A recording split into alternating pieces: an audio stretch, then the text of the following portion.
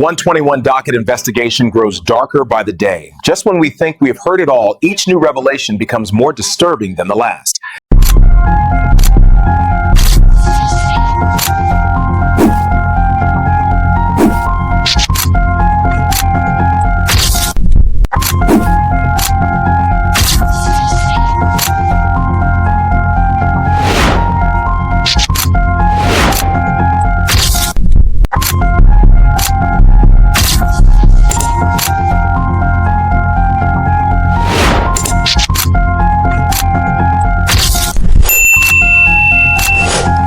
To every Mzansi viewer watching, the African Insider stands with you, with Mkhwanazi and the presiding head of the ad hoc committee. In charge of the 121 dockets investigation, you'll rise stronger from this dark chapter. Everyone knows the 121 missing dockets, but few understand their contents, why they disappeared, or how ignoring them could fuel full-scale state capture. That's why we break down Mkhwanazi's investigations in clear terms every South African can grasp, exposing their impact and why public support for him matters. As hearings grow darker, tonight we reveal 10 more South African cross-border crime syndicates exposed by Mkhwanazi. Now, for the evidence, our exposé narrator takes you through verified Nhlanhla Commission dockets and documents sourced by our journalists on the ground. Dr. Komla, this is deeply unsettling. Shortly, we expose 10 more cross-border syndicates run by Syndicate, the Big Five crime cartel, the engines behind South Africa's organized chaos. These are places where power trades hands in silence and justice halts at the border. Before we begin, hit like and subscribe. What you're about to hear has never appeared in any official record, and most local investigative journalists on the ground dare not speak about it. When the sun drops and the way bridges go dark, South Africa's borders don't sleep, they shift. If the syndicates Mkhwanazi warned about are the engine, then paper, ports, and people are the gears that keep it idling. 10. The illicit tobacco superhighway, Limpopo-Gauteng cartel that outruns the border gates. The route is older than the fence. Cartons staged north of the river, runners scouting the patrol gaps, and trucks that look local enough to pass for maize by dawn. In the Limpopo Lowveld, drivers learn the choreography, beat Bait Bridge's queue by never joining it, crest the back roads to Musina, then slip into national traffic where a cigarette becomes groceries on a manifest. By the time the Backie parks in the Midrand warehouse, the excise sticker has a cousin's face. SARS raids dented this economy but never broke it. The logistics brain sits far from the crossing, where invoicing software prints innocence, and service providers stay loyal to whoever pays in cash and silence. Filed as LP TOB 2019, Internal Customs Routing Ref, and anchored by seizure ledgers in SARS and the BMA, the pattern is repetition with better stationery. When a patrol gets lucky, stock is sacrificed as school fees. The real money rides the next convoy. Mid-route co-loaders swap pallets, registries blur consigners, and a night duty manager signs off per delegation while CCTV awaits maintenance. That's how a carton born in Karoi retails in Katlehong before sunrise. For the oak behind the counter, cheap smokes keep customers. For the fiscus, it's a hole that widens every payday. Midway through the chain, accountants stitch proximity companies to hide flows that would spook a bank's cross-border payments monitoring suite. Then break the trail again with marketing rebates that are really fuel and flip phone budgets. The operational fix is boring and brutal. Pair real-time excise verifiers to roadside scanners, publish live seizure heat maps, force route risk disclosures on licensed distributors, and make provincial grants contingent on interdiction stats that can be independently audited. Why does it matter? Because excise isn't theory. It funds clinics and classrooms. When cartons outrun gates, honest retailers eat dust, gang budgets fatten, and communities pay with both health and fear. The country doesn't need a new fence. It needs a border that can count. That means patrols with data, prosecutors with dashboards, and a public that knows the difference between a special and a steal. 9. The Abalone to Yen pipeline, Cape divers, Triad buyers, and ghost customs windows. At low tide, the reef tells the story.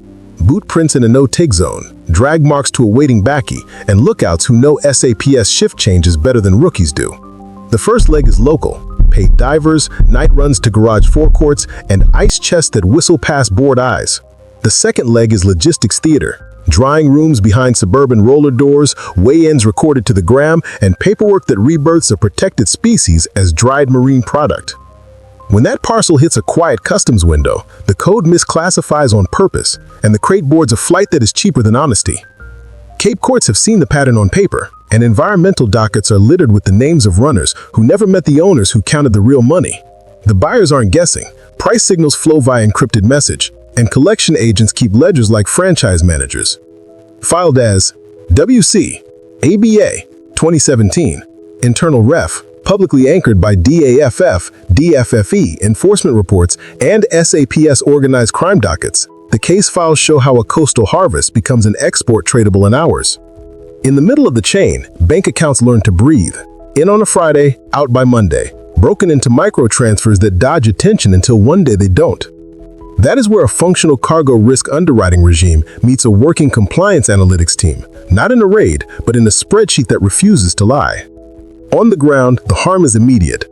Coastal communities lose a resource that once fed households and paid school fees. Now it funds guns, debt, and funerals. Honest fishers are priced out, tourist dives get canceled, and the message to kids is simple: poach or be poor. The fix? Squeeze the middle, not the reef. Make export codes for high-risk marine product trigger a human inspection every time.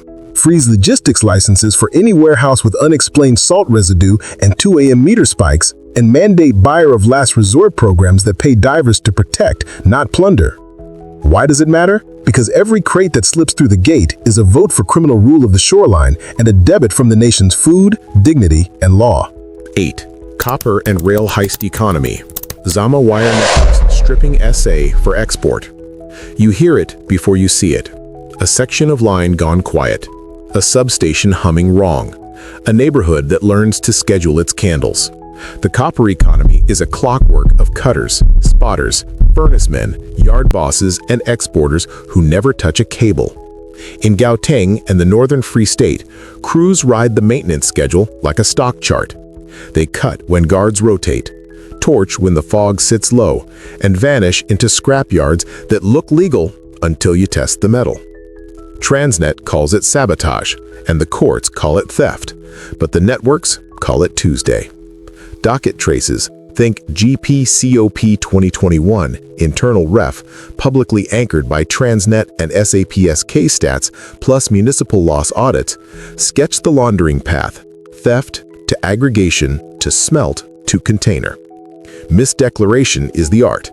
Mixed metal, auto parts, engineering offcuts. Containers pass because too many boxes chase too few inspectors, and handheld scanners can't smell a burnt jacket. Mid-chain, insurers calculate the bleeding, wrecked timetables, freight diversions, passenger lines closed, and the premiums move like a weather front.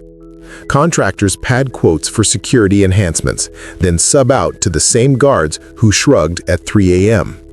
In the spreadsheets, municipalities chase outages, while budgets chase repairs, and the public learns the rhythm of apology. What flips the table is not a hero raid, but a policy spine. Lock export permits to verified origin. Mandate isotope profiling on outbound copper. Require traceability chips for new installs. And publish a national loss and recovery dashboard that counts days to reinstate service like lives depend on it. They do. Businesses fold when trains don't run. Kids fail when lights don't come on. Hospitals gamble when redundancies were stolen yesterday. For the Skelms, a kilogram is a school in the dark. For the Republic, its trust is evaporating. If you want to stop it, fund investigators who can follow invoices across borders, not just boots across tracks, and tie port concessions to loss metrics they can't game. Why does it matter? Because a state that can't protect its wires can't promise its future. If this hits home, don't just scroll, like, share, and subscribe so these roots stay exposed. Next, the gun runners who treat our borders like a catalog. 7. Cross-border arms smuggling. The gun runners of the SADC corridor. Komati Port after midnight looks calm until you watch the patterns. Panel vans that always arrive empty and leave light. Farm tracks that dodge the main road by a kilometer. And a workshop where a dashboard can disappear and reappear without a scratch. The gun runners know the gate schedule better than traffic radio. Rifles leak from conflict caches in northern Mozambique, pistols ride in from Maputo's flea markets, and South African gang buyers pay in cash that never sees a bank before it's split in a safe house. The paperwork is minimal. The concealment is artisanal. A spare wheel cavity holds a folded receiver.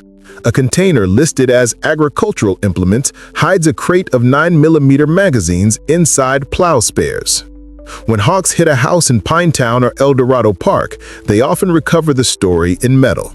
Scarred AK pattern rifles with beach rust, brand new pistols with numbers shaved thin, and a mix of ammo that reads like a travel diary. Interpol hits arrive later. I-arms flags match serial blocks that once belonged to police stock elsewhere.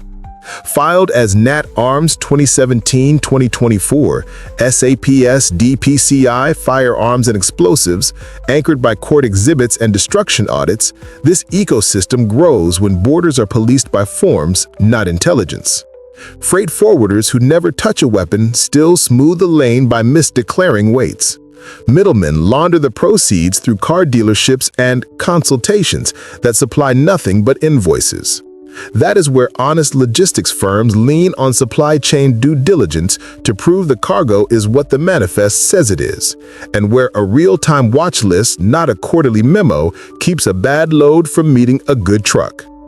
On the street, these flows translate into township shootings that feel random but are scheduled, taxi conflicts that escalate from fists to rifles in a season, and mall robberies planned like military drills. The fix is not glamorous. Hard docking scans at Lubombo to Durban cargo integrity escorts, ballistic mapping that pushes hits to a central grid within 24 hours, and amnesty windows that trade a clean slate for data that actually bites. Why does it matter? Because every smuggled gun rewrites the calendar. Funerals on weekdays, trials without witnesses, businesses that close at sunset. With compliance analytics stitched into customs and casework, we can make the lane too visible for comfort and too expensive to keep. 6. Human trafficking via Mozambique and Eswatini, the flesh trade syndicate. Oshioke at dusk, a combi with 3 women, 6 passports, and a driver who knows which lane hosts the least questions.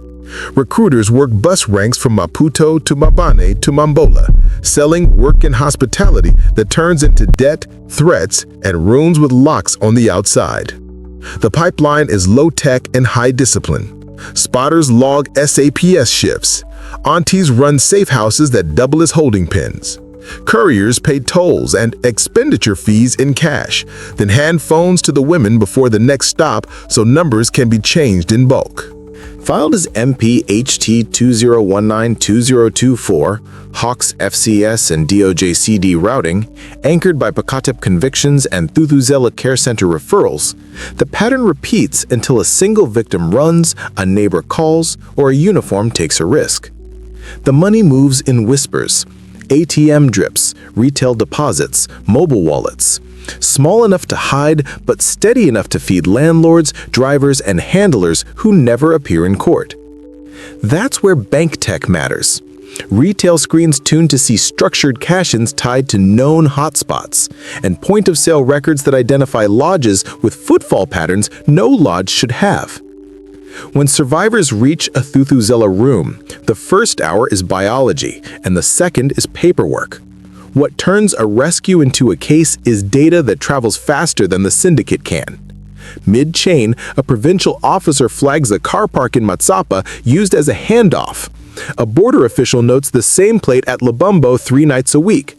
A prosecutor stitches the route with subpoenas that show the fuel, the food, and the lies. The fix is deeply practical. Pre-authorized cross-border joint ops, fast-track witness permits so survivors aren't deported back to abusers, and ride-along audits that test compliance against reality. Why does it matter? Because communities watch young people vanish and learn to keep quiet. Because families pay transport refunds to the very oaks who traffic their daughters.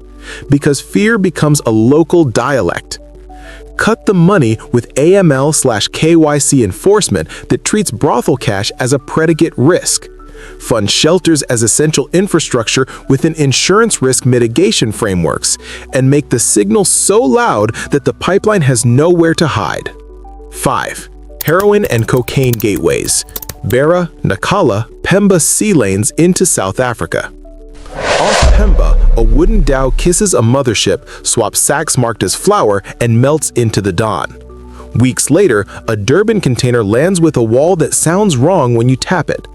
The southern route is a choreography of patience. Consignments shift from sea to shore, shore to road, and road to city using a blend of rip-on rip-off at ports and decoy consigners inland. In Maputo, a broker swears the parcel is local produce. At Komatsi port, a fixer assists with codes. On the N4, a secondary vehicle shadows the main load to watch for uniforms. Filed as KZN NARC 2016-2024, DPCI Narcotics and SARB FX Routing, anchored by High Court indictments, GITOC studies, and port seizures, the ledger shows the same logic across years. When one door closes, the route detours. When a scanner passes, the chemistry hides in plastics, tires, even furniture foam. Mid-chain, remitters push value through hawala pools that settle outside bank rails. Higher up, cash meets property and cars, then flips to exporters who invoice consulting to clean the page. This is where a mature cross-border payments monitoring posture matters. Regional typologies that explain why 10 small transfers split across 3 counties mean the same thing as one large one with a note. On the ground, each kilogram becomes a season of funerals, rehab waiting lists, and gang budgets that outbid honest dreams.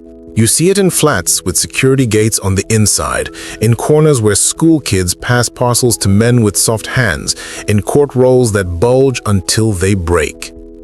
The fix must be dull and relentless. Randomize port shifts, rotate code clerks away from single corridors, write rip-on, rip-off into standard risk checks, and prosecute the accountants who engineered the washing with the same urgency as the runners who carried the bags. Why does it matter? Because South Africa will not arrest its way out if the money keeps its passport. Freeze what can be frozen with asset recovery contingency triggers that move within days, not quarters, and starve the trade until price signals turn from whisper to scream. 4. The Gold Organized Network, Zimbabwe-South Africa laundering pipeline. Gold is patient. It crosses borders as jewelry, melts back to bullion, and reappears with paperwork cleaner than a church hymn. After 2019, investigators followed a pattern. Couriers hub flights with religious gifts. Brokers flip them to Joburg refineries, and exporters move semi-finished product to markets where questions are short and margins tall. The public saw a version of this in an international documentary series that named Zimbabwean-linked fixers and South African conduits. Court papers and Reserve Bank notices later echoed the risks: export mispricing, exchange control contraventions, and dollar-denominated side deals that leave no audit trail. Filed as GP-AU-2022-2024, SARS and SARB routing, anchored by court filings, FX directives, and seizure reports, the playbook relies on 2 weak seams: ownership opacity and professional enablers. Shells manage logistics, nominees sign export docs, and a small circle of dealers arbitrage route, purity, and paperwork with almost academic discipline. When the net tightens, the network pivots to jewelry recycling or scrap recovery, then sells the same atoms under a fresh HS code. Mid-chain, order to see discrepancies they cannot prove without bank and telecom beta. By the time they get it, the accounts have moved and the couriers have new passports. The fix is generous sunlight and narrow excuses, beneficial owner records that default to public, origin certificates tied to isotope signatures, and refinery licenses that can be suspended in hours for variance games. Why does it matter? Because gold is a national safety valve, a store of value that can stabilize or sabotage. When the pipeline becomes a washing machine, the fiscus bleeds, reputations blacken, and honest miners drown in compliance they didn't break. Turn the screws with AML and KYC enforcement tuned to dealer ecosystems, and pair seizures with asset recovery contingency orders that follow people, not premises. When a courier lands with a story too tidy to be true, the state should already know his friends, his flights, and his accountant. 4 routes, 1 truth. borders fail quietly when paper wins and people lose. If this work helps you see the map, like, share, and subscribe so the trail stays public. Next, the silent investors, the political shield, and the port gate that never seems to close. When money hides in plain sight, power redraws borders without moving fences. 3. Chinese triads, African elites, the silent investors behind illicit exports. The deal is simple because the paperwork is clever. Cape Flats divers risk prison for a night's harvest. Middlemen dry, weigh, and box the catch. A marine products code turns a protected species into an export with a boarding pass. The bigger play sits far from the reef. Restaurant owners and freight fixers with clean bank statements, import firms with Mandarin letterheads and South African directors of convenience, and a lattice of trust companies that look respectable until you follow the parcels. Over 2 decades, court bundles and fisheries reports have sketched the same silhouette. Local gangs handle muscle and storage. Triad-linked buyers price the market and route the boxes. A handful of professionals sell legitimacy by the page. Once a crate clears a sleepy window, it's gone. The reef loses stock, the Kasi gains guns, and the ledger shows commerce. The mechanism is boring by design. A misclassified HS code, a warehouse meter that spikes at 2 a.m., a sealed freezer room with 1 door and 4 keys. When seizures rise, the network pivots to recycled jewelry, scrap shell, or cultured product, then reloads the same atoms under a new description. Mid-chain, the money breathes through splitting and recombining. Drips of ZAR cross retail deposit points. A wholesale sweep through remitters in Johannesburg, a quiet settle in East Asia. That's where trade finance assurance belongs, not as a buzzword, but as a hard gate that refuses to fund a shipment with a story that doesn't add up. And higher up the stack, ports and provinces need procurement integrity platforms that can tell when a sanitation contract is really a laundering spindle for cold rooms and courier fleets. Cataloged across Western Cape environmental enforcement dockets 2016 to 2024, mirrored in national fisheries status reports and international organized crime analyses. Why does it matter? Because each crate that flies buys a gun that stays. Because a coastal community is being priced out of its own dinner. Because legitimacy, once rented by the page, is hard to repossess. The fix is sunlight that hurts.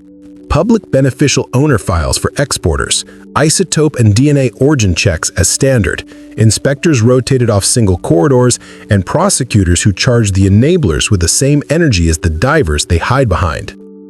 2. Ministerial Border Collusion Network, the political shield for transnational cartels. Collusion at a border seldom shouts, it drafts. A letter of deviation here, a condemnation there. A supplier pushed through on urgency while oversight is told to wait for the audit cycle. South Africans saw a slice of this in the Bait Bridge fence saga, a rush order during disaster regulations, paperwork that took a scenic route around procurement law, and a tribunal later stripping profits after calling the mesh unfit for purpose. That's the template cartels love. When emergency becomes policy, guardrails become suggestions. In practice, it looks like this. A contractor with the right ears gets a security brief. An acting official signs an exception. A border project goes live on paper while the ground still leaks. Meanwhile, syndicates test the fence and the shift roster on the same night, then gift the worst-paid official the most expensive temptation. If the political weather favors speed over scrutiny, the fixers only need to keep minutes short and signatures quick. The damage extends beyond one fence. Border-wide, a soft culture of urgent implementation crowds out maintenance, integration, and measurable interdiction. That's where serious public sector integrity audits must move from post-mortem PDFs to live alarms that can halt payments when specs and delivery don't rhyme. And when the fiscus eats the losses, insurers will eventually price the drift into logistics premiums, and by extension, food baskets and bus tickets. A failure that ripples through fiscal compliance frameworks until households feel it as another price hike. Anchored in special tribunal litigation at official Border Management Authority performance plans, cross-reference to presidential progress reports on state capture remedies. Why does it matter? Because collusion at the gate turns every community into a customer of crime, paying more for less safety, while a small circle builds behind the flag. The cure is procedural courage. No emergency procurement without independent engineering sign-off. Automatic publication of exception notes. A blacklist that actually blacklists. And border leadership whose bonuses ride on interdictions verified by outside auditors, not on ribbon cuttings. When politics want speed, the law must insist on brakes that work. 1. Border porosity via Port Authority officials, the smuggling pipeline syndicate. The most expensive gate in the country is also the easiest to open. The wrong stamp, the right time, and a container becomes a rumor on a truck. Durban knows the choreography. An agent with a gift for fixing, a manifest that whispers instead of speaks, and a bribe pitched cheaper than a month's storage. SARS pressers and court rolls have named the pattern for years. Misdeclaration, undervaluation, and facilitation that tries to turn an officer into a doorman. When the law bites, it bites hard. Arrests in the port, sentences in Musina, seizures that read like a shopping list for a parallel economy. But the system still relies on human gates working against machine incentives. Too many boxes, not enough eyes, scanners that can't smell deceit, and a culture where a Friday night can erase a week's worth of inspections. The pipeline's engineering is bland and lethal. Broker A drafts a tariff code that blurs a high-duty item into general goods. Warehouse B logs a power failure at the hour a container goes missing. Driver C swaps plates in Sims before the M3 toll. By the time anyone asks, "Where's the box?" it's a memory in a yard that rents silence by the hour. Mid-chain, honest shipping lines are stuck playing goalie for a tournament they didn't enter. They need cargo risk underwriting tools that weight routes, shippers, and codes by behavior, not brand.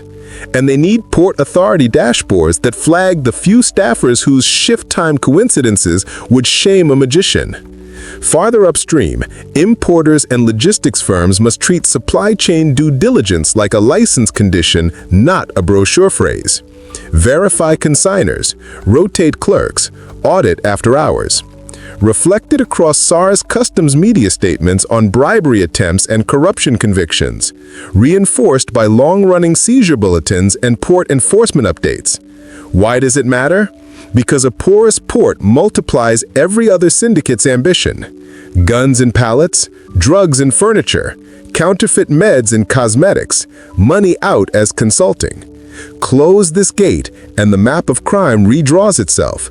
Leave it ajar, and everything else is theater. Borders don't fail in a day. They fail by design. If this helped you see the design, like and subscribe so the next consignment meets a country that's awake.